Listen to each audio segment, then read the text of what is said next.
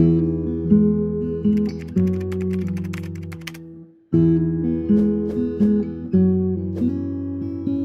everyone, and welcome to another episode of the Seven Stones podcast.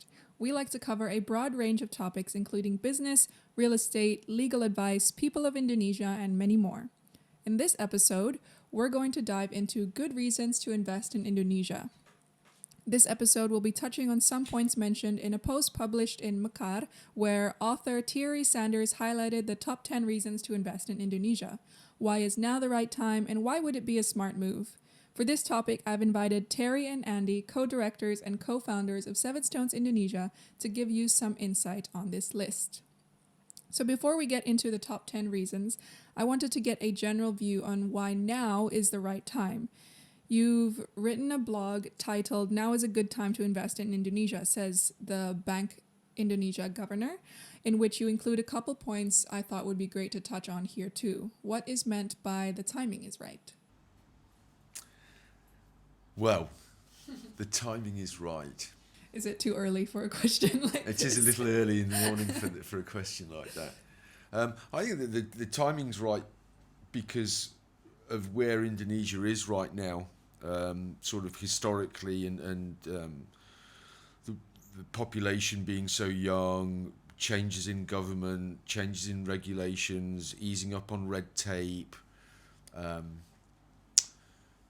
It's much easier to do business here than it used to be, for example.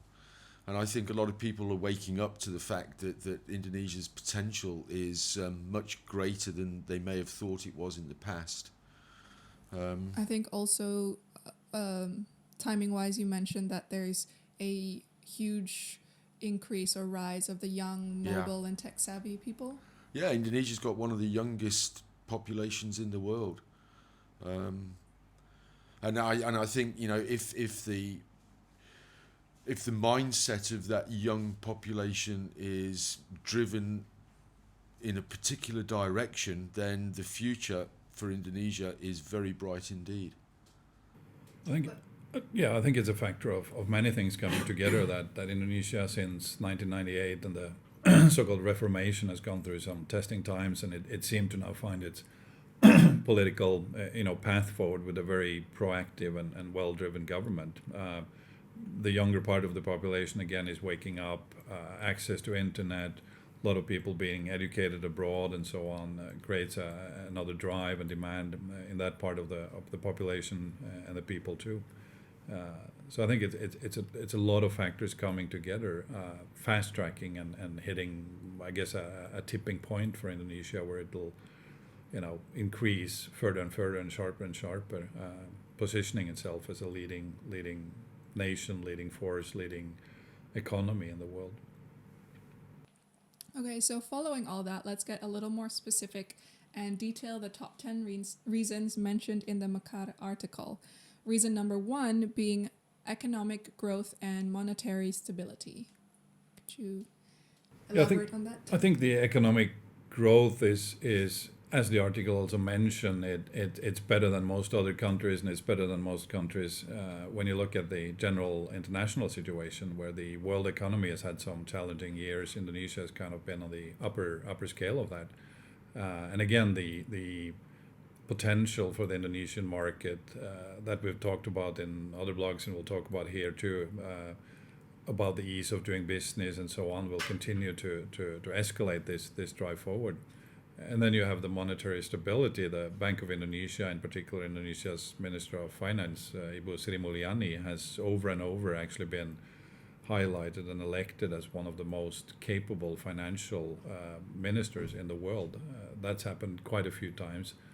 And it also has happened very recently when, again, she was chosen as, I think, this Asian or ASEAN or Southeast Asia's most capable finance ministry. So that is something that big investors, big monetary funds, sovereign wealth fund and so on, huge international companies are looking at and want to be part of and invest into Indonesia.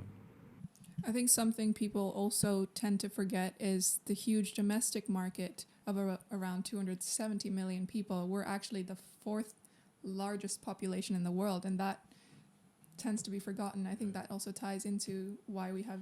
The other part of that as well to remember, or to consider at least, is the growth of the middle class here. I can't remember where I read it, and it was a few years ago already, but the middle class is growing by more than 8% a year, and there's a lot more disposable income around. And that in itself is driving. It's like driving itself, you know. As that grows, more opportunities to become a part of that growth happen.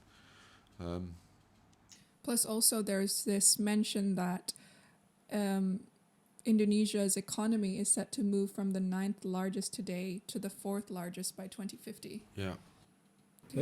That's actually now It might be quicker than escalating that, actually. quicker because of COVID, because a lot of the competing economies, if you will, probably sees a bigger recession than what Indonesia does at this stage.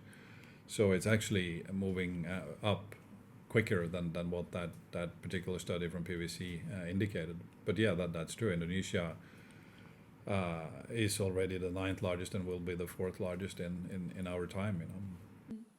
It mentions in the article as well that Indonesia's had the most consistent economic growth of any economy since the Second World War, according to McKinsey, which is kind of a huge deal to think about. I think that's some of the challenge we see when we talk to investors and experts. They aren't aware of this, and these are factual findings, you know, studies that you cannot argue when you look at this, and it's again a massive indication and a massive selling point, if that makes sense, to invest into Indonesia. You know, since Second World War until now, it's been the most stable and you know, developing economy and into developing nation. That's just, you know, second to none. Yeah, you know, I was just thinking there, Terry. The sort we talk a lot about the sort of the potential of Indonesia, and the young blood, if you like, the new mindset, the new driving force with this young population, and we're always upbeat and we're very positive about it. But you talk to some expats that live here, that have been here for a while, they don't see it that way. It's almost like they don't want it to happen. It's very strange, you know. And I was thinking that you know, with the idea of attracting more foreign investment, that's kind of the same new blood idea, if you like, to sort of maybe complement the potential growth that's happening with a younger generation, you know. New kinds of investments, new kinds of ideas to take advantage of this growing population, you know. I think it's back to what we often talk about, you know, mindset and also sometimes fear for these changes that hold certain, you know, elements of the market and people back. But that's a choice they have to do, and I think if people don't adjust to what happens now in Indonesia, they'll, you know, lose the boat, you know, and go out of business. Okay. Thank you so much for your insight, Terry and Andy. This was our first episode in our very new series of short episodes for the Seven Stones Indonesia podcast, part of the larger series, 10 Reasons to Invest in Indonesia. Make sure you keep a lookout for the next episode to find out reason number 2 of the 10 Reasons to Invest in Indonesia.